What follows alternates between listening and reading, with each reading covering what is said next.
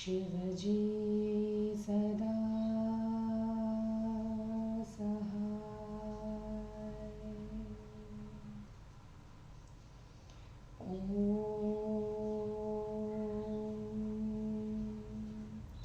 नमः शिवाय।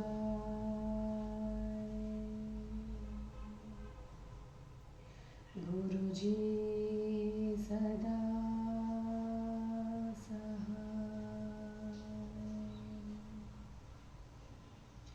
जय गुरुजी। अथ श्री वामन पुराणं 94 अध्यायः। बलिरुवाच भवता कथितं सर्व समाराध्य जनार्दनं या गतिः प्राप्यते लोके तां मे वक्तुमिहार्हसि। केनार्चनेन देवस्य प्रीतिः समुपजायते।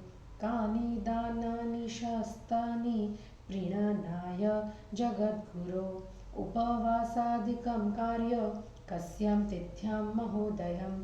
कानि पुण्यानि शास्त्राणि विष्णोस्तुष्टिप्रदानि वे। यच्चान्यदपि कर्तव्यं हृष्टरूपेर्नालसे तदप्यशेषं दैत्येन्द्र मम ख्यातुमिहार्हसि। प्रह्लाद उवाच श्रद्धानैर्भक्तिपरैर्यान्युद्दिश्य जनार्दनम् बले दानानि दीयन्ते तानुर्चूर्मो न ता एव तीर्थयः शस्ता यास्वभ्यर्च्य जगत्पतिम्। तच्चित्तस्तन्मयो भूत्वा उपवासी नरो भवेत्। पूजितेषु द्विजेन्द्रेषु पूजितः स्यात् जनार्दनः। एतान् द्विषन्ति ये मूढास्ते यान्ति नरकं ध्रुवम्। तानर्चयेन्नरो भक्त्या ब्राह्मणां विष्णुतत्परः। एवमाह हरिः पूर्व ब्राह्मणा मामकीतनुः। ब्राह्मणो नवमन्तव्यो बुधो वाप्य बुधोऽपि वा। सोऽपि दिव्यातनुर्विष्णोस्तास्मात् तामर्चयेन्नर। तान्येव च प्रशस्तानि कुसुमानि महासुर। यानि स्युर्वर्णयुक्तानि रसगन्धयुतानि च। विशेषतः प्रवक्ष्यामि पुष्पाणि तीर्थयस्तथा। दानानि च प्रशस्तानि माधव प्रीणनायतु। जातिशताह्यं सुमनः कुन्दनं बहुपुटं तथा। बाणं च चम्पकाशोकं करवीरं च युथिका।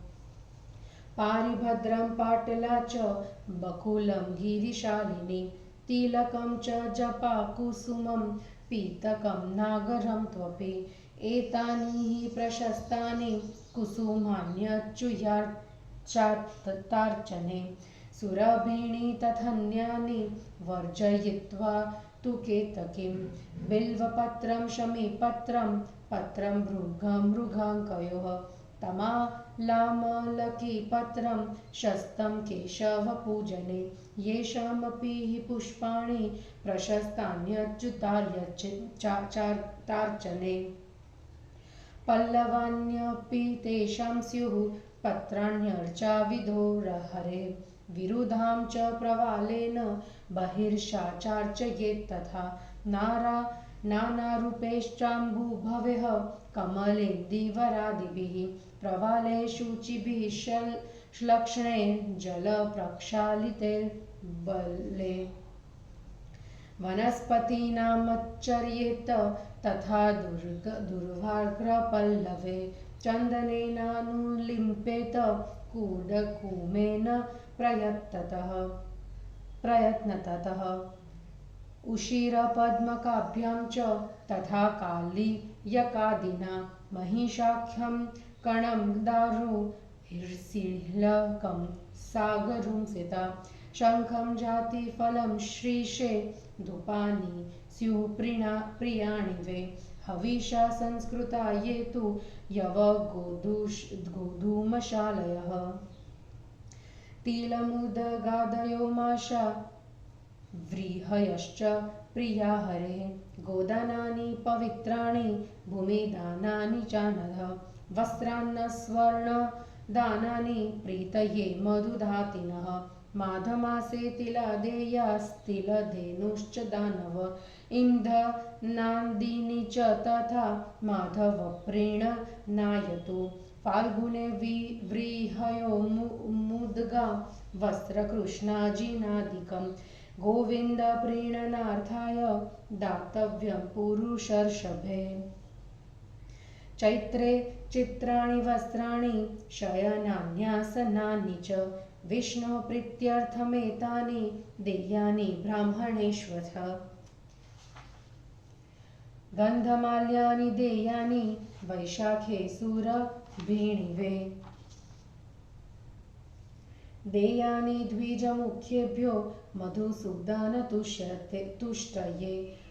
उदकुम्भाम्बुधेनुं च तालवृत्तं सुचन्दनं त्रिविक्रमस्य प्रीत्यर्थ दातव्यं साधुभिः सदा उपानगुलकं गूकलं छत्रं लवणामलकादिकम् आषाढे वामनप्रीत्ये दातव्यानि तु भक्तितः धृतं च क्षीरकुम्भाश्च धृतधेनुफलानि च श्रावणे श्रीधरप्रीत्ये दातव्यानि विपश्चिता मासि भाद्रपदे दधात पायसं मधुसर्पिषि ऋषिकेशप्रीणनार्थ लवणं सगुडोदनं तिलास्तुरङ्गं वृषभं दधि ताम्रायसादिकम् प्रीत्यर्थ पद्मनाभस्य देयमाश्रयुजे नरेः रजतं कनकं दीपान् मणिमुक्ताफलादिकं दामोदरस्य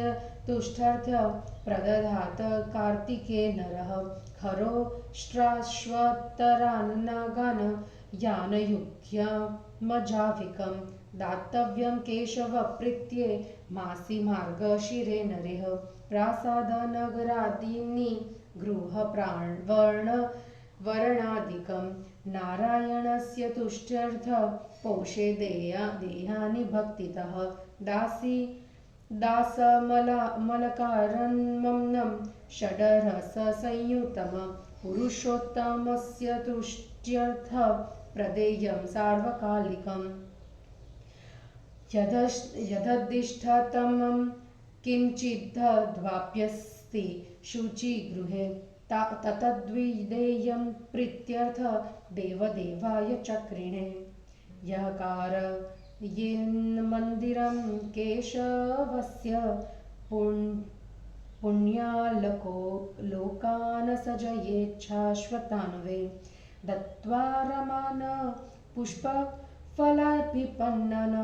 भोगान् भुङ्क्ते कामतः श्लाघनीयान् पितामहस्य पुरतः कुलान्यष्टो तुयानि च तारयेदात्मना सार्ध विष्णोर्मन्दिरकारकः इमाश्वपितरो दैत्य गाथा गायन्ति योगिनः पुरतो यदुसिंहस्य जामधस्य तपस्विनः अपि नः सकुले कश्चिद् विष्णुभक्तो भविष्यति हरिमन्दिरकर्तायो भविष्यति शुचिव्रतः अपि न सन्ततो जायेद् विष्णवालयविलेपनं सम्मार्जनं च धर्मात्मा करिष्यति च भक्तितः अपि न सन्ततो जातो ध्वजं केशवमन्दिरे दास्यते देवदेवाय दीपं पुष्पानुलेपनं महापातकयुक्तो वा पातकी चोपपातकी विमुक्तपायो भवति विष्णवायतनचित्रकृत इत्थं पितॄणां वचनं श्रुत्वा नृपतिसत्तमः चकारायतनं भूम्यां स्वयं च लिम्पतासुर विभूतिभिः केशवस्य केशवाराधने रतः नारदातु विकारैश्च पञ्चवर्णैश्च चित्रके ददो दीपानि विधिवद वासुदेवालये वले सुगन्धितैलपूर्णानि धृतपूर्णानि च स्वयं नानावर्णवैजयन्तो महारज नरञ्जितः मञ्जिष्ठा नवरङ्गियः श्वेतपाटलिकाश्रिताः आरामा विविधा हृद्याः पुष्पाढ्या फलशालिनः लतापल्लवसङ्च्छन्ना देवदारुभिरावृतः कारिताश्च महामञ्चन्धिष्ठाता कुशले जनः पौरो गवविधानग्ने रत्नसंस्कारिभिर्धृतैः तेषु नित्यं प्रपूज्यन्ते यतयो ब्रह्मचारिणः क्षोत्रिया ज्ञानसम्पन्ना दीनान्ध विकलादयः इत्थं संरूपति कृत्वा श्रद्धानो जितेन्द्रियः ज्यामधो विष्णुनिलयं गत इत्यनुशुश्रुमः तमेव चाधापि बले मार्ग ज्यामधकारितम् व्रजन्ति नर शार्दूल विष्णुलोकजिगीषवः तस्मात् त्वमपि राजेन्द्र कारय स्वालयं हरे तमर्चयस्व यत्नेन ब्राह्मणाश्च बहुश्रुतान् पौराणिकान् विशेषेण सदाचाररताज शुचिन वासोभिर्भूषणे रत्नैर्गोभिर्भुकनकादिभिः विभवे सति देवस्य प्रीणनं कुरु चक्रिणः एवं क्रियायोगरतस्य मे तेद्ध नूनं मुरारिशुभदो भविष्यति नरान् सिदन्ति बलसमाश्रिता विभुं जगन्नाथमनन्तमच्युतम् पुलत्स्य उवाच इत्येवमुक्त्वा वचनं द्वितीश्वरो वैरोचनं सत्यमनुत्तमं हि सम्पूजितस्तेन विमुक्तिमयो सम्पूर्णकामो हरिपादभक्तः गते हि तस्मिन् मुदिते पितामहे बलेर्बभो मन्दिरमिन्दुवर्णं महेन्द्रशिल्पी प्रवरोऽथ केशवं सकारयामास महामहियानं स्वयं स्वभार्या सहितश्चकार देवालये मार्जनलेपनादिकः क्रिया महात्मा यवशर्कराध्या बलिं चकारा प्रतिमां मधुहृदः दीपप्रदानं स्वयमायताक्षी विन्ध्यावली विष्णुगृहे चकार ज्ञेयं सधर्म्य श्रवणं च धीमान् पौराणिकैर्विप्रवरैरकारयत तथा विधस्या सुरपुङ्गवस्य धर्मे सुमार्गे प्रतिसंस्थितस्य जगत्पतिर्दिव्यवपुर्जनार्दन स्तत्थो महात्मा बलिरक्षणाय सूर्यायुधाभं मुसलं प्रगृह्य निघ्नान् सदृदुष्टानरियूथपालान् द्वारि स्थितो न प्रददो प्रवेशं प्राकारगुप्ते बलिनो गृहेतु द्वारि स्थिते धातरि रक्षपाले नारायणे सर्वगुणाभिरामे प्रासादमध्ये हरिमीशितरदार मभ्यर्चयामास सुरर्षिमुख्यं स एवमास्ते सुरराद् बलित्सु समर्चयन् वै हरिपादपङ्कजो सस्मार नित्यं भाषितानि स तस्य जातो विनयाकुशस्तु इदं च वृत्तं स पपाठदैत्यराट् स्मरन् सुवाक्यानि गुरो शुभानि तथ्यानि पाथ्यानि परत्रचेह पितामहस्येन्द्रसमस्य वीरः ये वृद्धवाक्यानि समाचरन्ति श्रुत्वा दुरुक्तान्यपि पूर्वतस्तु स्निग्धानि पञ्चान्नवनीतशुद्धा मोदन्ति तेनात्र विचारमस्ति। आपद्भुजङ्गदष्टस्य मन्त्रहीनस्य सर्वदा वृद्धवाक्योषधानूनं कुर्वन्ति किल निर्विषम्। वृद्धवाक्यामृतं पीत्वा तदुक्तमनुपमान्य च या तृप्ति जायते पुंसां सोमपाने कुतस्तथा। आपत्तोपतितानां येषां वृद्धा न सन्ति शास्तारः ते शौच्या बन्धूनां जीवन्तोऽपिहमृततुल्याः स्युः। गृहीतानां वृद्धाः सन्ति न पंडिताः येषां मोक्षयितारो वे तेषां शान्तिर्न विद्यते। आपज्जलनिमग्नानां ह्रियतां व्यसनोर्मिभिः वृद्धवाक्यैर्विना नूनं नैवोत्तारं कथञ्चन। तस्मादयो वृद्धवाक्यानि शृणुयाद विदधाति च स सदः सिद्धिमाप्नोति यथा वैरोचनो बलिः।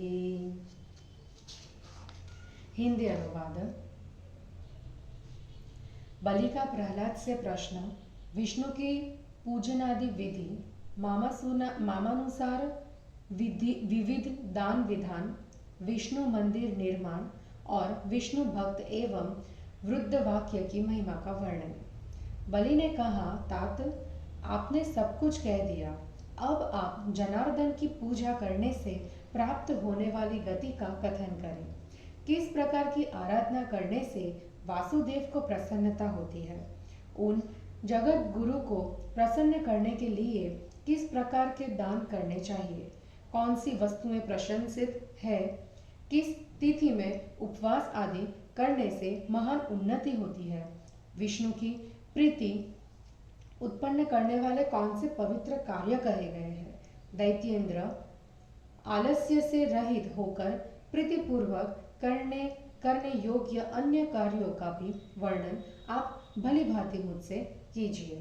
प्रहलाद ने कहा, भले श्रद्धा से भरे और भक्ति से युक्त होकर जनार्दन के उद्देश्य से जो दान दिए जाते हैं, उन्हें मुनियों ने कभी भी विनाश न होने वाला दान कहा है। वे ही तिथियां प्रशंसनीय होती है जिनमें मनुष्य विष्णु की पूजा करने के बाद उनमें चित्त एवं मन लगाकर उपवास करता है। ब्राह्मणों की पूजा करने से जनार्दन की ही पूजा होती है। उनसे वैर करने वाले मूढ़ व्यक्ति निश्चय ही नरक में जाते हैं। विष्णु में अनुराग रखने वाले भक्तिमान मनुष्य को श्रद्धा पूर्वक ब्राह्मणों की पूजा करनी चाहिए। पूर्व काल में विष्णु ने यह कहा था कि ब्राह्मण मेरे शरीर है। ज्ञानी अथवा अज्ञानी ब्राह्मण का तिरस्कार कभी नहीं करना चाहिए। वह विष्णु का शरीर होता है, अतः उसकी पूजा करनी चाहिए। जहाँ तक विष्णु पूजा के लिए पुष्प का प्रश्न है, महासुर वर्ण रस एवं गंध से युक्त पुष्प ही उत्तम होते हैं। अब मैं माधव की प्रसन्नता के लिए कहे गए विशेष पुष्पों, तिथियों एवं दानों का स्पष्टता से वर्णन करता हूँ। अच्युत श्री विष्णु की अर्चना के लिए मालती, शतावरी, चमेली, कुंद, गुलाब, बहुपुट, बाण, चंपा, अशोक, कनेर, जूही, परिभद्र, पाटल, मौलसिरी, गिरिशालिनी, तिलक, अडहुल, पितक एवं नागर नामक पुष्प उत्तम है। इनके सिवा केतकी को छोड़कर अन्य सुगंधित पुष्प भी श्रेष्ठ है। केशव के पूजन में बिल्व पत्र, शमी पत्र, भृंग एवं मृगांक के पत्र, तमाल तथा आमलकी के पत्र प्रशंसनीय है। अच्युत के अर्चन में जिन वृक्षों के पुष्पों का प्रयोग होता है, उनके पल्लव एवं पत्र भी विष्णु के पूजन के लिए प्रशंसनीय होते हैं। विरुद्धों के किसलय एवं कुश तथा जल में उत्पन्न होने वाले अनेक प्रकार के कमल एवं इंदिवरादि से विष्णु का पूजन करना चाहिए। भले वनस्पतियों के चिकने पवित्र एवं जल से धोए हुए कोपलों से तथा दूब के अडकुर से विष्णु का पूजन करना चाहिए। प्रयत्न पूर्वक चंदन, कुडकुम, उशिर मतलब खश, पद्मक एवं कालियक आदि से विष्णु का अनुलेपन करना चाहिए। श्री विष्णु को महिष नामक कण, दारू, सिहलक, अगरु, सीता, शंख एवं जाति फल का धूप प्रिय होता है। द्रुत से संस्कृत जौ, गेहूं, शालिधान्य, तिल, मूंग, उड़द और अन्न हरि को प्रिय है। हे निष्पाप मधुसूदन को गौ, पवित्र भूमि, वस्त्र, अन्न और सोने के दान प्रिय होते हैं। दानव माघ मास में माधव की प्रसन्नता के लिए तिल धेनु एवं ईंधन आदि का दान करना चाहिए। महान पुरुषों को गोविंद की प्रीति के लिए फाल्गुन मास में चावल, मूंग, वस्त्र तथा कृष्ण मृग चर्म दान करना चाहिए। चैत्र मास में विष्णु की प्रीति के लिए ब्राह्मणों की भांति भांति के वस्त्र, शय्या एवं आसनों का दान करना चाहिए। मधुसूदन की प्रीति के लिए वैशाख मास में श्रेष्ठ ब्राह्मणों को सुगंधित गंध एवं माल्यों का दान करना चाहिए। त्रिविक्रम की प्रीति के लिए सज्जन व्यक्ति को ज्येष्ठ मास में जल का घड़ा, जल धेनु, ताड़ का पंखा तथा सुंदर चंदन का दान करना चाहिए। भगवान वामन की प्रीति के लिए आषाढ़ मास में भक्ति पूर्वक जूते का जोड़ा, छत्र, लवण एवं आंवले आदि का दान करना चाहिए। बुद्धिमान मनुष्य को श्रीधर की प्रसन्नता के लिए श्रावण मास में घी और दूध से भरे घड़े, द्रुत, गेहूं एवं फलों का दान करना चाहिए। भाद्रपद मास में ऋषिकेश की प्रसन्नता के लिए पायस, मधु, घी, नमक और गुड़ से बनाए गए मीठे भात का दान करना चाहिए। मनुष्य को पद्मनाभ की प्रसन्नता के लिए आश्विन मास में तिल, घोड़ा, बैल, दही, तांबा और लोहे आदि का दान करना चाहिए। मनुष्यों को दामोदर की संतुष्टि के लिए कार्तिक मास में चांदी, सोना, दीप, मणि, मुक्ता और फल आदि का दान करना चाहिए। मनुष्यों को केशव की प्रीति के लिए मार्गशीर्ष मास में खर, उष्ट्र, खच्चर, हाथी, सामान ढोने वाला बकरा एवं भेड़ का दान करना चाहिए। नारायण की संतुष्टि के लिए पौष मास में श्रद्धा पूर्वक प्रासाद, नगर, गृह एवं ओढ़ने के वस्त्र आदि का दान करना चाहिए।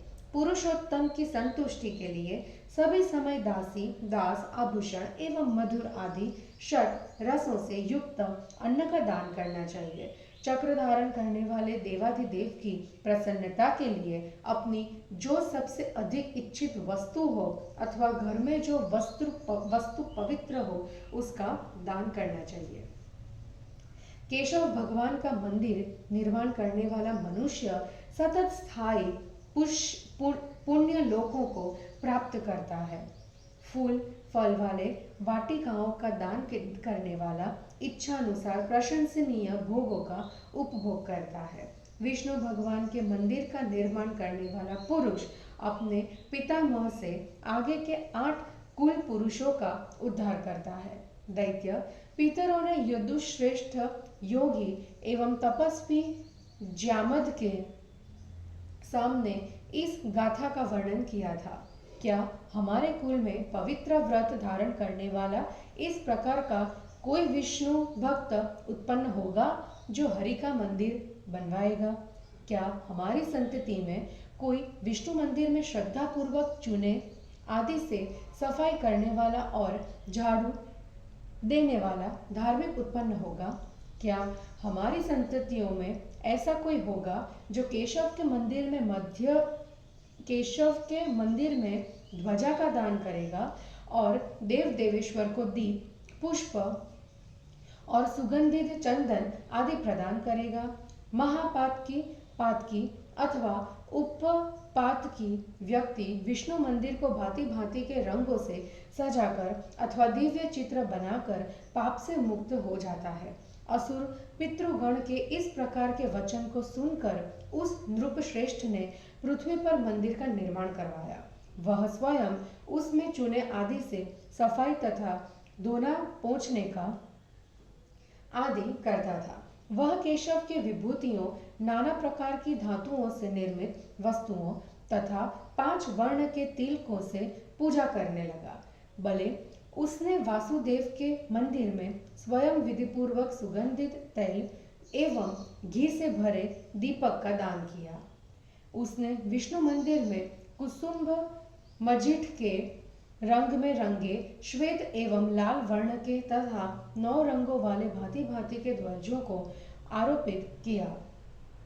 उसने पुष्पों, फलों, लता पल्लवों तथा देवदारू आदि भांति भांति के वृक्षों से पूर्ण उद्यानों का निर्माण कराया।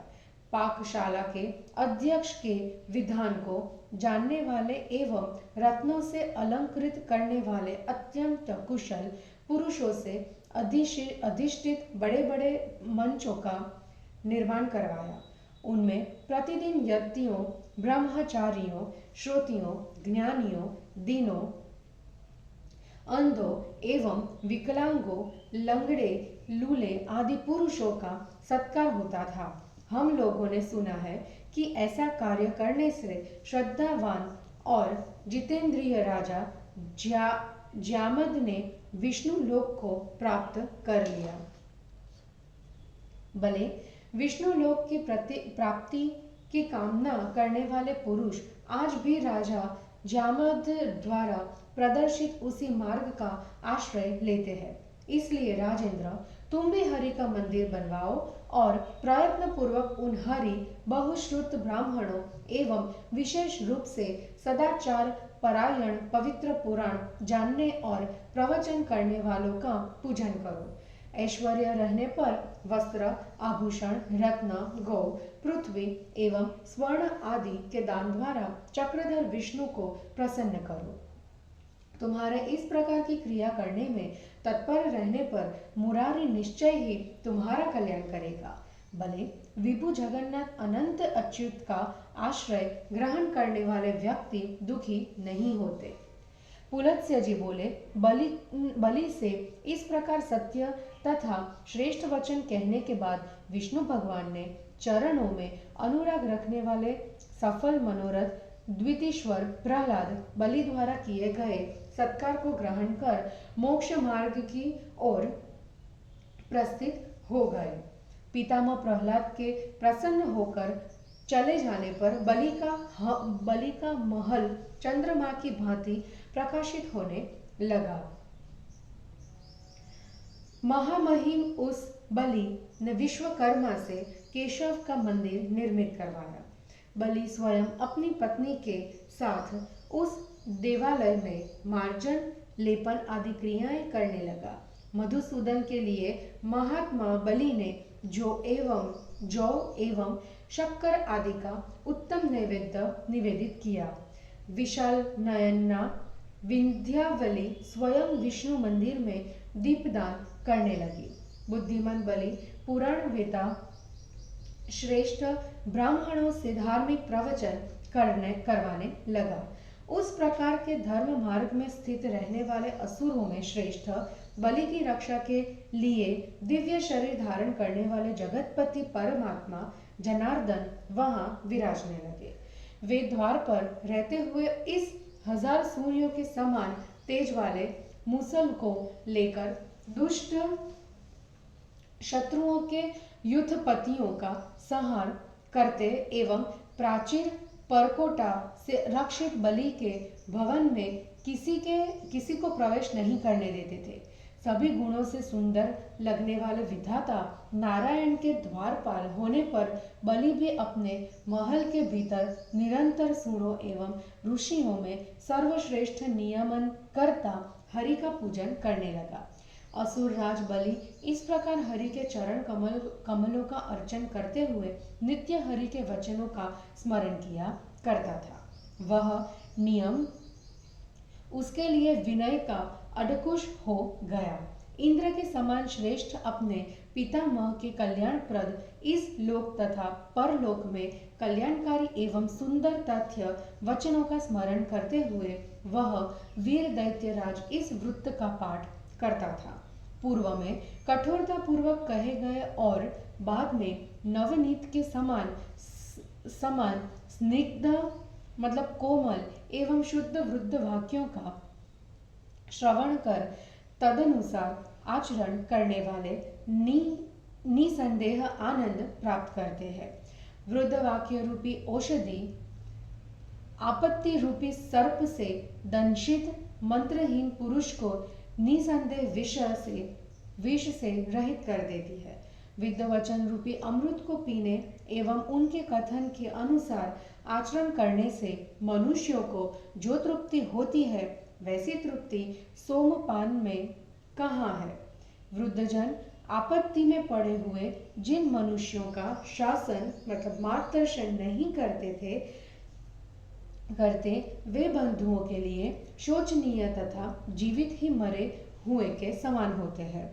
आपत्ति रूपी ग्रह से ग्रस्त जिन व्यक्तियों को वृद्ध ज्ञानी लोग उससे मुक्त करने वाले नहीं होते उन्हें शांति की प्राप्ति नहीं होती। आपत्ति रूपी जल में डूबे और व्यसन रूपी लहरों के थपेड़े खाने वाले पुरुषों का उद्धार वृद्ध वचन के सिवा अन्य किसी भी प्रकार नहीं हो सकता।